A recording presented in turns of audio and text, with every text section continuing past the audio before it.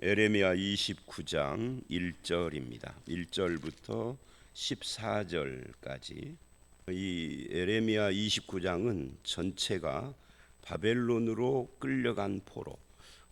이 열왕기상이나 열왕기하나 역대하를 보면 바벨론 포로가 한 차례만 있었던 것이 아니에요.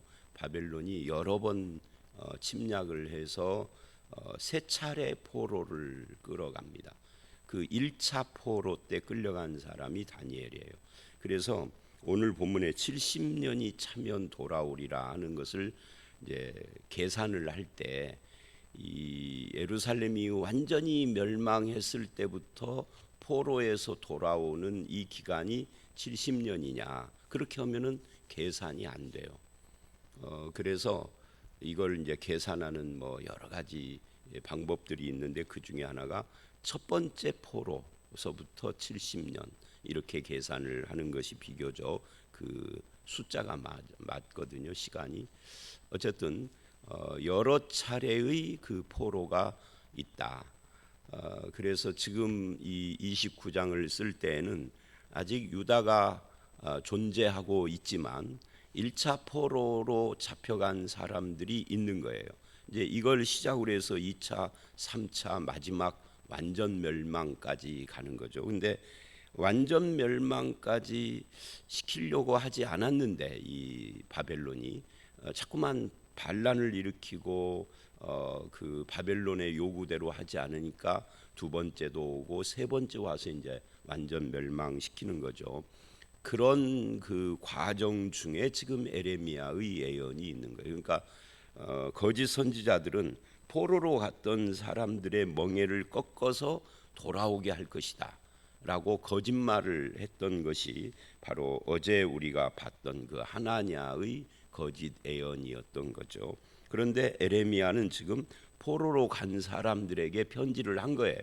그 편지의 내용이 29장인데 29장에 이 편지가 하나의 편지가 아니고요, 세 번의 편지를 보냅니다. 그게 이제 첫 번째 편지가 23절까지인데 이게 기니까 14절로 지금 끄는 거예요. 그리고 두 번째 편지가 24절로 28절이고요. 마지막 29절로 32절. 그래서 편지 1, 2, 3 이렇게 보통 이야기를 하죠. 자, 그런데 이제 오늘 본문을 보기 전에 이 바벨론으로 끌려간 포로들에게 준 편지 전체의 내용의 핵심이 뭐냐? 이런 이야기입니다. 한마디로 말하면 그 포로 생활이 오래 갈 것이다. 그러니 거기서 정착하고 삶을 살아라. 그런 이야기예요. 포로가 거짓 선지자들이 말하는 것처럼 금방 돌아오고 이런 것이 아니야. 그게 70년이다. 여러분, 70년이면 좀 길게 잡아도 2세대고요. 짧게 잡으면 3세대입니다. 지금부터 70년 전이 언제죠? 그게 6.25 때쯤 되잖아요. 6.25 때 부모 세대들이 지금 거의 돌아가시고, 그때 6.25 때 젊었던 분들도 돌아가신 분들이 많아요. 그리고 그들의 자녀와 그 자녀의 자녀, 손자 시대나 아니면은 심지어 증손자까지 태어나기도 했죠. 그러니까 70년이면 말이죠, 적어도 3대 정도 돼요. 2대, 3대. 그러니까 3대를 살아야 하는데 금방 돌아올 것처럼 거짓 선지자들이 말하니까 거기서 뿌리 내리고 살지를 못하면 이게 삶이 문제가 되고, 번성해야 하는데 돌아올 때 이게 망해버린 이 땅에 아무것도 없어요. 사람도 없고 들짐승만 있는데 돌아올 때 겨우 돌아오자 그랬더니 1000명 와가지고 되겠어요? 많이 와야 하는데 그러려면 번성해야 되죠. 그러니까 그게 29장의 주 메시지입니다. 그래서 이제 그런 걸 놓고 오늘 본문을 좀 살피면 1절로 4절, 이게 이제 포로 생활의 지침인데 1절로 4절을 보면 여고니아 왕이 포로가 되고 시드기야가 왕이 되어서 바벨론으로 이제 사신을 보낼 때, 마치 이런 거고 똑같아요. 우리나라도 정권이 바뀌면 대통령이 방미를 한다든지 이러잖아요. 뭐 우리나라만 그러는 것이 아니라 미국이 강대국이니까 미국하고 좀 연관이 있는 나라들, 뭐 일본도 그렇고 심지어 서로 싸우는 중국이나 이런 저기도 이제 방미를 한다든지 아니면 뭐 미국에서 그 상대 나라를 간다든지 이러는 것처럼 여기서도 약소국이니까 시드기야 왕 시대에 사신을 보내서 가는데 그 가는 김에 예레미야가 편지를 보냈다 하는 내용이 1절로 4절이에요. 근데 여기에 3절을 보면 그럴 때 누가 사신으로 갔느냐면 사반의 아들 엘라사와 hil기야의 아들 그마랴 편으로 말하되, 여기서 말하되 이게 편지를 보냈다예요. 그들을 통해서 편지로 말을 한 것을 그냥 말하되라고 표현한 건데, 여기에 사반의 아들 엘라사, 이 사반의 아들 엘라사는 그 위기를 만난 에레미야를 구해 주었던 아히감, 26장에 나왔던 그 아히감의 형제예요.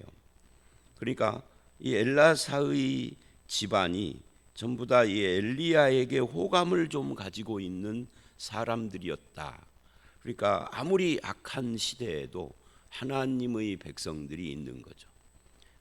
엘리야 때 7,000명처럼 에레미야 때가 가장 어두운 때고 눈물의 선지자고 전부 다 잘못된 것처럼 성경이 그렇게 기록됐지만 간간히 그 기록의 틈새를 보면 그래도 개인적으로는 하나님을 잘 믿는 사람들도 있었다 하는 것을 알 수가 있어요. 뭐 다니엘도 마찬가지죠.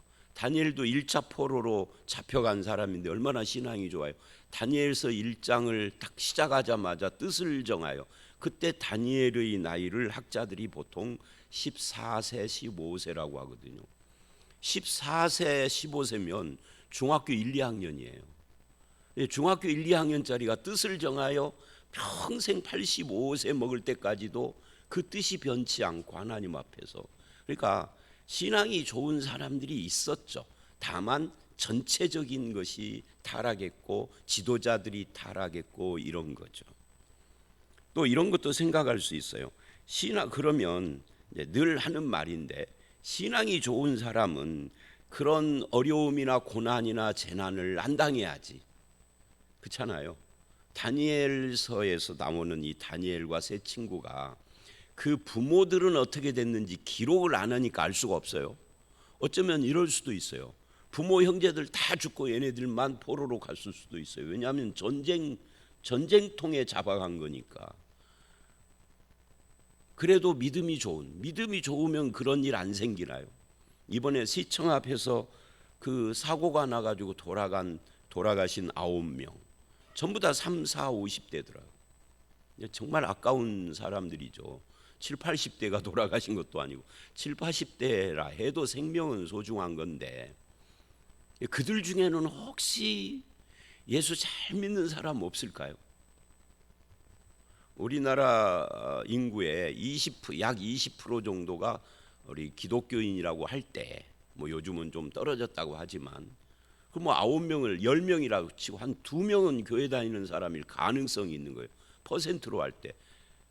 실제로는 더 많을 수도 있고요. 아니 믿는 사람, 그럼 그 사람이 최근에 교회를 잘 안 나갔나?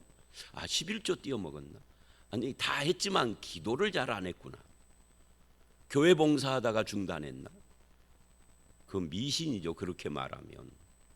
그러니까 믿는 사람도 얼마든지 재난이나 고통이나 어려움이나 환난이나 얼마든지 당할 수 있다. 내일 설교에 풍랑 이야기 나오는데, 풍랑 만난 제자들은 믿음 없어서가 아니에요. 너희 믿음이 어디 있느냐고 주님이 묻거든요.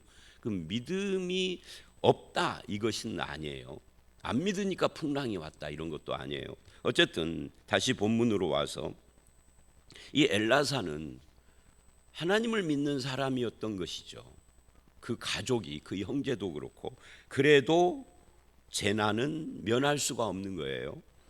자, 어쨌든 이제 사신으로 그렇게 가는 김에 편지를 보냈다 하는 거예요. 그리고 이제 4절을 보면 만군의 여호와 이스라엘의 하나님께서 예루살렘에서 바벨론으로 사로잡혀 가게 한 모든 포로에게 이와 같이 말씀하시니라. 여기서 두 가지. 첫째는 에레미야의 편지의 내용이 뭐냐 할 때 하나님께서 하신 말씀을 에레미야의 손으로 적어서 보낸 거다. 그러니까 에레미야의 말이 아니라 하나님의 말이다 하는 것이고요. 그러니까 에레미야는 말로도 하나님의 말씀을 전했지만 편지로 쓸 때에도 하나님의 말씀을 전했어요. 그 다음에 또 하나는 이 여호와께서 예루살렘에서 바벨론으로 포로로 잡혀가게 하신, 사로잡혀가게 하신 이 표현, 사로잡혀가게 한 모든 포로라는 이 표현이 중요하죠. 그러니까 아니 그러면 이스라엘이 전쟁에 패한 것도 하나님이 하신 것이란 말이야? 왜? 하나님을 믿는 사람들은 항상 뭐든지 이기고 잘 되나요? 그건 정말 잘못된 비성경적인 생각이고 발언입니다. 하나님을 믿는 사람은 뭐든지 잘 된다고 하는 것은 거짓말입니다. 현실이 그렇지 않고 성경이 그렇게 말하지 않습니다. 우리는 잘 되기 때문에 하나님을 믿는 건 아니에요. 잘 안 돼도 하나님을 믿는 거죠. 하나님을 믿는 것은 진리이기 때문에 믿는 거고 그게 생명의 길이기 때문에 믿는 거지 잘 돼서 믿는 것이 아니에요. 잘 돼서 믿는다고 하면은 그건 무속이죠. 그런 건 아닙니다. 그걸 기복신앙이라고 그러는 거죠. 한국교회는 이 기복신앙이 만연해 있어요. 하나님께서 사로잡혀 가게 하신 거예요. 자, 그럼 여기서 질문이 또 생기죠. 그건 뭐냐면 두 가지. 왜 사로잡혀 가게 하셨느냐, 왜 안 도와줬느냐 하는 거고, 또 하나는 이때 느부갓네살은 하나님이 자기를 쓰는지 알았느냐. 두 번째부터 대답을 하면 느부갓네살은 하나님이 자기를 쓰는 줄 1도 몰랐습니다. 알 필요도 없죠. 왜? 그 사람은 하나님의 종이지만 하나님을 믿지는 않아요. 그러니까 하나님이 쓰시는 악한 지팡이에요. 악한 막대기예요. 결국은 그 사람 아무리 승리를 했고 세계를 제패한 제국의 황제였지만 회개하지 않으면 지옥 아랫목이 예비된 사람이죠. 다만 하나님이 어떤 섭리적 목적으로 그를 쓰신 거예요. 악한 막대기로. 악한 막대기는 반드시 어떻게 다른 악한 막대기로 징계를 합니다. 그래서 성경은 악을 악으로 갚는 거지, 그죠? 선을 가지고 악을 뭐 싸워서 이기고 이런 것이 아니에요. 선은 악을 향해서도 항상 선해. 근데 또 다른 악이 등장을 해서 이 악을 심판하는 거예요. 그게 하나님의 방법이에요. 그래서 느부갓네살은 몰랐습니다. 그러면 왜 사로잡혀 가게 했느냐? 이제 왜 사로잡혀 가게 했느냐는 그 대답이 한마디로 불가능해요. 에레미야서 전체가 그 이야기예요. 그 핵심을 말하면 죄 때문이죠. 그 죄를 그러면 죄를 한번 징계를 하고 끝내실 거지. 이게 징계로 안 끝내져요. 왜냐하면 죄의 핵심 중에 하나가 우상숭배예요. 말씀을 순종하지 않는 거. 이들은 한두 번 매를 때려가지고 변하지를 않아요. 우상숭배. 아무리 말해도 안 되고. 그런데 어떻게 해서 이스라엘에서 우상이 완전 제거되느냐 하면 나라가 완전히 망하고 바벨론으로 포로로 잡혀가서 그때 우상을 다 버려요. 참 아이러니하죠. 하나님만 믿는 땅 가나안에서는 우상이 만연했고 우상 천지인 이방 땅, 그 바벨론뿐만 아니라 그 당시의 세상은 다 다실론, 수많은, 그 당시가 아니라 지금도 한국도 수많은 신들을 믿는 땅이잖아요. 뭐 산신, 용왕님 하면서 뭐 일본 같은 데는 신이 뭐 8만 개인가 몇만 개인가 있다 그러잖아요. 현대도 그래요. 근데 고대에는 이걸 대놓고 하는 거니까. 근데 희한한 것은 그렇게 수많은 잡신을 믿는 땅으로 포로로 간 사람들이 우상을 다 버려. 그리고 오직 하나님만. 인간이요, 청개구리 기질이 좀 있어요. 그죠? 여러분은 없으신가요? 저도 가끔 보면 저도 약간은 청개구리 기질이 있는 것 같더라. 인간이 그래요. 그게 죄성인데, 그러니까 하나님이 주신 약속의 땅에서는 우상만 섬기고 아무리 징계를 해도 안 변해요. 그러니까 나라를 망하게 한 겁니다. 그 죄 문제죠, 우상. 그런데 포로로 잡혀가서는 스스로 우상 다 버려. 물론 처음부터 이거 다 버린 건 아니지만 포로에서 돌아오고 보니까 우상이 싹 없어진 거예요. 바알 신이 없어져 버린 거예요. 그 대신에 다른 것이 문제가 됐죠. 율법주의라든지 또는 신약에 와 보면은 그 우상의 자리에 맘몬, 돈신이 들어가기는 하는데 어쨌든 그 끈질긴 바알 숭배가 없어지는 겁니다. 그래서 죄 때문이다. 어쨌든 여기 보니까 하나님께서 사로잡혀 가게 한 겁니다. 하나님이 왜 안 도와줬어요? 이렇게 말하면 안 돼요. 우리도 마찬가지입니다. 하나님이 무엇인가를 우리에게 허용을 할 때 그게 좋은 것이든 내가 보기에 좋지 않은 것이든 하나님은 뜻을 가지고 허용을 하시는 거죠. 가능하면 우리 모두에게 좋은 것만 허용하시기를 우리는 간절히 바라고 저도 그렇게 여러분들에게 말씀드리고 싶어요. 그러기를 원하는 거죠. 그러려면 하나님과 바른 관계 속에 있어야 됩니다. 그 다음에 5절서부터 이제 드디어 1절로 4절은 서론적인 것이고 첫 번째 편지의 내용이 23절까지 이어집니다. 그 중에 5절서부터 9절은 이런 이야기예요. 집을 짓고 전원을 가꾸고 결혼해서 자녀를 낳고 손자를 낳고 번성해라. 이 번성하라라는 것이 핵심이죠. 6절에 거기서 번성하고 줄어들지 아니하게 하라. 그러니까 나라가 망하면서 많은 사람들이 죽었는데 인구가 줄면 안 되잖아요. 그러니까 거기서 번성해라. 왜? 돌아올 때를 대비해서. 또 7절을 보면 이래요. 그 땅이 평안하기를 힘쓰고 그를 위하여 여호와께 기도하라. 그를 위하여 할 때 이 그를이라는 것이 어떤 사람을 위하여라는 표현이 아니고 바로 거기서 번성하고 거기서 그 성, 네가 번성해야 할 그 성이 편안한 것을 위하여 하나님께 기도하고 구하라.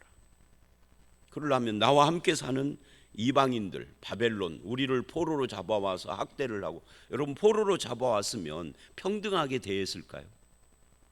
그렇지 않겠죠. 뭐 성경에서 구구절절 그런 것까지 말을 안 했지만 평등하게 안 대했을 것입니다. 그런데도 그들을 위하여 기도하고 그 성을 위하여 평안을 구하라라는 거예요. 근데 사실은 인간은 그렇게 하기가 힘들죠.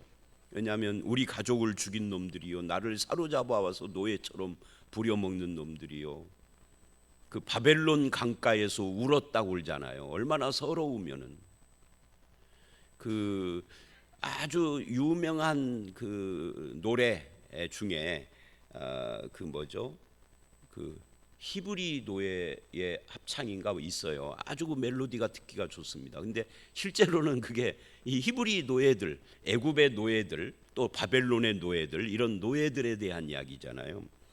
그런 것처럼, 그러니까 아마 막 저주를 퍼붓고 막 기도를 하면은 뭐 가끔가다 어떤 사람들이 그런 말을 해요. 전에 다니던 교회에서요 문제가 생겼는데 목사님이 새벽기도 예배 끝나고 강대상에서 막 기도하는데, 뭐 기도를 왜 또 큰 소리로 하는지는 모르겠습니다만은 막 기도를 하는데 저주 기도를 그렇게 한다. 글쎄요. 하여튼 이들도 아마 막 우리의 가족을 죽이고 우리 형제를 어떻게 하고 뭐 전쟁이 일어나면 죽이기만 했어요. 강간도 했고 막 그랬을 게지. 그리고 나를 포로로 잡아와서 여기서 노예로 부려먹는 저놈들 하나님 불벼락을 때려주시고 막 저주기도를 했을지도 모르죠. 근데 하나님은 뭐라 하면 그들의 평안을 구하라. 왜? 네가 사는 그것이 평안해야 네가 거기서 번성할 거 아니에요. 그리고 하나님이 오라 할 때 많이 돌아와야 하는, 국가를 건설하려면 그런 이야기를 지금 하는 겁니다. 28장의 하나냐 같은 그런 거짓 선지자들은 선동을 하죠. 선동적이고 거짓 선지자들이 하는 유혹 때문에 곧 돌아갈 것이라는 이 거짓 소망을 이 포로들이 가지고 있단 말이죠. 그래서 그곳에서의 생활을 허술하게 하는 거예요. 이런 거고 똑같아요. 곧 예수님 재림할 것이다. 그러니 뭐 해라? 학교 보낼 것도 없고 직장 생활 끝까지 있고, 예수님 곧 오는데 2년 뒤에 온대. 2년 뒤에. 지금 여호와의 증인, 제가 어저께인가 말을 했죠. 제가 최근에 들은 이야기예요. 예수님 재림 날짜 정했대요, 최근에. 그러면 학교 다닐 필요가 뭐가 있어요? 직장 다닐 거 뭐 있어요? 직장 다니면 그동안 벌어놓은 거, 집도 뭐 아파트 내 소유로 할 건 뭐 있어요? 전세로 돌리고 거기서 나오는 돈으로 먹고 살지 한 2년. 예수님 올 텐데. 그게 이단이잖아요. 근데 이단에 물든 사람들은 그렇게 당하는데, 이단의 괴수들은 어떻게 하느냐면, 그러니까 예수님 곧 오니까 세상 재물 필요 뭐 있느냐 바쳐라. 그게 이상한 거예요. 왜냐하면 그러면 나는 세상 재물 필요 없는데 이단의 괴수 지는 세상 재물 필요한가? 그게 이상한 논리거든요. 앞뒤가 안 맞는. 그런데도 그걸 분별을 못해. 차라리 이래야 되겠죠. 바쳐라가 아니라 팔아서 이웃에게 나눠줘라. 그거는 말이 돼요. 이단 교주도 자기 재산 다 팔아서 나눠주고 신도들에게도 그렇게 한다면 이해가 돼. 그게 진짜인가? 근데 그런 이단 교주는 아무도 없었어 그동안. 다미성교회가 됐던 무슨 뭐 신천지가 됐던 이만희 그놈 얼마나 부자인지 몰라. 그러니까 그 재산 노리고 싸움 나고 그러잖아요. 본부인 오고 쳐보고 막 싸우고. 그러니까 그런 거예요. 지금 고포로에서 돌아갈 것인데 그러면 어떻게 되겠어요? 거기에서 뿌리를 안 내리고 그냥 또돌이처럼 살고 자식도 안 낳고 이렇게 되면 곤란한 거죠. 하나님께서 뿌리 내리고 살아라. 거짓 선지자들이 선동과 유혹에 넘어가지 말아라. 생활을 제대로 하라. 그래서 8, 9절 거짓 선지자들이나 그들의 복술, 꿈, 이 꿈 말이죠. 그런 것들에 현혹되지 말아라. 점쟁이 같은 이런 사람들이 오늘날도 한국교회에 횡행을 합니다. 말 많으면 꿈 꿨다 오고. 꿈은 다 개꿈이거든요. 성경에 기록된 이런 하나님의 영감받은 계시적 꿈은요, 요셉도 평생 2번밖에 안 꿨어요. 근데 우리는 맨날 꿈 이야기만 해요. 거짓말인 거죠. 가짜인 거죠. 속고 있는 거죠. 꿈은 다 개꿈입니다. 꿈에 연연할 것 없어요. 아침에 읽은 말씀 붙잡는 것이 1000배는 납니다. 그거 붙잡고 사십시오. 저는 뭐 제가 꾼 꿈 이야기를 해본 적이 없어요. 그래도 지금까지 예수 잘 믿고 오고 있잖아요. 이만큼 살았으면 됐지. 앞으로 20년 뭐 어떻게 될지는 몰라나 20년, 25년은 그냥 덤이죠. 뭐 꿈이 뭔 소용이 있어? 권사님 그렇죠? 권사님 꿈 이야기하면 안 되십니다. 아니 권사님 꿈 이야기는 한 번도 안 봤는데 내가 지금 말하는 거에 다른 사람 들으라고. 그런 데서 꿈 이야기하는 사람이 있어요. 이게 참 뭐예요? 주책 바가지들이죠. 하나님 말씀 붙잡아야죠. 거짓되고 헛된 것을 좋아하는 어리석음을 지금 이야기합니다. 애언이나 뭐 점이나 운세나 꿈이나 뭐 해몽 이런 것들. 이 삶이 곤고하고 어려울수록 그런 것들에 매달리고 싶은 유혹이 와요. 내가 있는 곳과 나의 일과 내 삶의 모든 것을 하나님의 뜻이고 인도 가운데 있다라고 받아들여야 하는 겁니다. 우연은 없습니다. 하나님께서 내게 주신 삶이다. 심지어 포로가 되게 한 것도 하나님이 주신 삶이다 하고 받아들여야 되는 거죠. 감당하는 거죠. 감당. 그게 신앙이죠. 감당하는 것이. 결국 아무리 어려워도 어려운 현실이라도 그것 때문에 비관하는 삶, 포기하는 삶을 살지 말라는 거예요. 빙빙 돌면서 떠돌이 같은 주변 사람으로 살지 말고 네가 간 그곳에서 정착하고 뿌리를 내서. 그래서 이스라엘 사람들은 이 말씀대로 실제로 바벨론이 요즘의 이라크, 이란 지방이잖아요. 그러니까 최근까지도 지금은 어떻게 되는지 몰라요. 이란 같은 데는 유대인 공동체가 아직도 남아있어요. 그래서 이런 해석을 합니다. 학자들이. 동방박사들이 왔잖아요. 동방박사들이 몇 명 왔는지는 몰라요. 뭐 우리가 연극 같은 걸 때는 3명 그러지만 확실하지 않아요. 뭐 황금 유해학 몰약 그러니까 셋이라고 그러는데 그거는 근거가 없는 거예요. 하여튼 동방박사들이 왔는데 저들이 유대인의 왕을 상징하는 별을 보고 왔는데 그걸 어떻게 알았을까? 이렇게 말을 합니다. 동방박사들 자신이 유대인의 후손일 수도 있고 아니면 그들과 함께 사는 유대인들의 그 메시아 약속에 대해서 이미 알고 있어서 영향을 받은 사람이다. 학자들은 그렇게 해석을 해요. 그러니까 그 정도로 이 유대인들이 포로에서 돌아올 때 돌아온 사람도 있지만 안 돌아오고 남아서 계속 2000년 넘게 거기서 지금도 살고 있는 사람들이 있고 심지어 중국에까지도 있대요. 유대인 그 공동체가. 그러니까 세계 전체에 뻗어나가 있는 거죠. 자, 그래서 하나님께서 지금 삶을 뿌리 내리고 거기서 살아라. 그렇게 지금 이야기를 하고 있습니다. 우리는 이 말씀대로 우리가 처한 삶의 현장이 하나님이 주신 것이다. 그렇게 믿을 필요가 있습니다. 우리는 뭐 포로도 아니고. 그 다음에 이제 10절서부터 14절은 이제 소망의 메시지죠. 그렇게 영원히 살 것이냐? 아니, 70년 만에 돌아오리라. 그래서 10절 70년이 차면 내가 너희를 돌볼 것이다. 그래서 나의 선한 말을 너희에게 성취하게 하여 너희를 이곳으로 돌아오게 하리라. 이곳이 어디예요? 유다죠. 그래서 하나님은 이 포로 생활을 70년으로 정했어요. 하나님의 시간, 하나님의 때, 하나님의 방법으로 포로에서 돌아오고. 근데 이 포로들은 도대체 하나님이 어떻게 이걸 하실 것인가 알았을까요? 모르죠. 모르지만 하나님의 방법이 있는 거고 하나님의 때가 있는 거고 우리 인생도 똑같아요. 하나님의 때와 방법. 우리가 모르지만 그걸 믿는 거죠. 그리고 하나님은 어떻게 했죠? 전혀 예상 밖으로 일을 이루시죠. 어떻게 해요? 페르시아가 그 거대한 바벨론을 무너뜨리 하루아침에 바벨론의 마지막 왕 벨사살은 그 나라가 무너질 줄 꿈에도 모르고 뭐를 했죠? 무너지는 날 술 파티하고 있었어요. 그게 다니엘서 5장이잖아요. 실제로도. 그런데 그냥 무너진 거예요. 그래서 하나님의 생각은 우리하고 다르다. 그래서 이제 11절을 보면 이렇게 말을 해요. 너희가 지금 포로로 잡혀갔지만 내가 너희를 향하여 가지고 있는 생각은 평안이 아니다. 재앙이 아니다. 평안이다.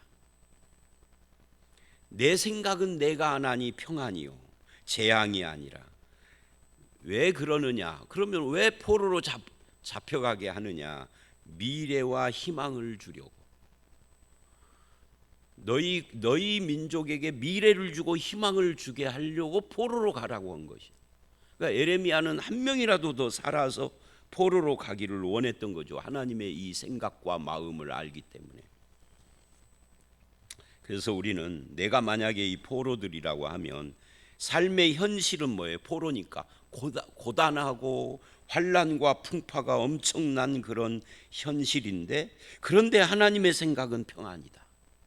이거를 붙잡아야 합니다. 내가 아무리 힘들게 살아도 하나님의 생각은 나를 향한 생각은 미래와 희망을 주려고 하는 것이다. 이거를 붙잡는 거예요. 그게 신앙이죠. 다 있는 걸 믿는 것이 어떻게 신앙이겠어요? 눈에 안 보여도 하나님의 말씀을 믿는 거죠. 아니, 말씀하시는 하나님을 믿는 거죠. 그래서 12절 너희가 내게 부르짖으며 내게 와서 기도하면 그 기도를 들어줄 것이다. 너희가 온 마음으로 나를 구하고 찾으면 나를 만나리라. 예수님이 구하라 찾으라 만나라 한 것이 이런 말씀에서부터 영향을 받은 그냥 예수님이 그냥 나오는 대로 하신 말씀이 아닐 거예요. 그래서 이스라엘을 정화하여 우상 숭배를 척결하고 성전 숭배 사상을 척결하고 회당 체제로 말씀 중심으로 돌아오게 하고 신앙을 바꾸고 나아가서는 메시아 대망을 갖도록 하는 메시아에 대한 소망을 갖도록 하는 하나님의 역사다 하는 거예요. 이건 우리나라에도 얼마든지 있었던 이야기죠. 그래서 우리가 기도해야 하고 그런 이야기가 14절까지 됩니다. 우리나라도 6.25가 비극이었지만 그걸 통하여서 남한의 기독교를 부흥시켰죠. 6.25 전에는 남한의 기독교는 적고 북한의 기독교가 숫자가 더 많았어요. 그런데 6.25를 통해서 역전이 된 겁니다. 그 피난민들이 내려와서 곳곳에다가 교회를 세우고 하나님의 뜻을 우리는 다 알 수가 없는 거예요. 다만 하나님의 생각은 재앙이 아니라 평안이고 미래와 희망을 주는 것이다. 이걸 붙잡고 우리도 우리의 삶을 있는 곳에서 정착하여 하나님의 뜻을 이루고 사는 것이 성도의 인생이다 하는 것을 오늘 본문의 결론으로 그렇게 말할 수 있습니다. 여러분을 향한 하나님의 생각을 품고 기도하는 저와 여러분들이 되시기를 주의 이름으로 축원합니다. 함께 기도하겠습니다. 하나님 아버지, 포로들을 향한 이 첫 번째 편지를 통하여서 포로된 그곳에서 정착하고 거기서 번성하고 기도하고 평안을 구하라라고 말씀을 하셨습니다. 그러면서 70년을 약속하시고 너희를 향한 나의 생각은 재앙이 아니라 평안이고 미래와 희망을 주는 것이다라고 말씀하셨사오니 오늘 우리가 이 말씀을 붙잡고 내 인생을 향한 하나님의 뜻을 묵상하게 하시고 우리의 삶이 아무리 공고해도 하나님이 평안 주시고 미래와 희망을 주시며 하나님의 때와 방법이 있다라는 것을 믿습니다. 우리와 우리의 가정과 우리 교회와 이 민족이 주님 안에서 그 주님의 때와 뜻을 따라 살아갈 수 있도록 인도하여 주시옵소서. 오늘 이 하루도 하나님의 생각이 나의 생각 되기를 간절히 바라옵고 그렇게 평안을 누리는 삶이 되기를 원하오며 예수님 이름으로 기도드렸사옵나이다. 아멘.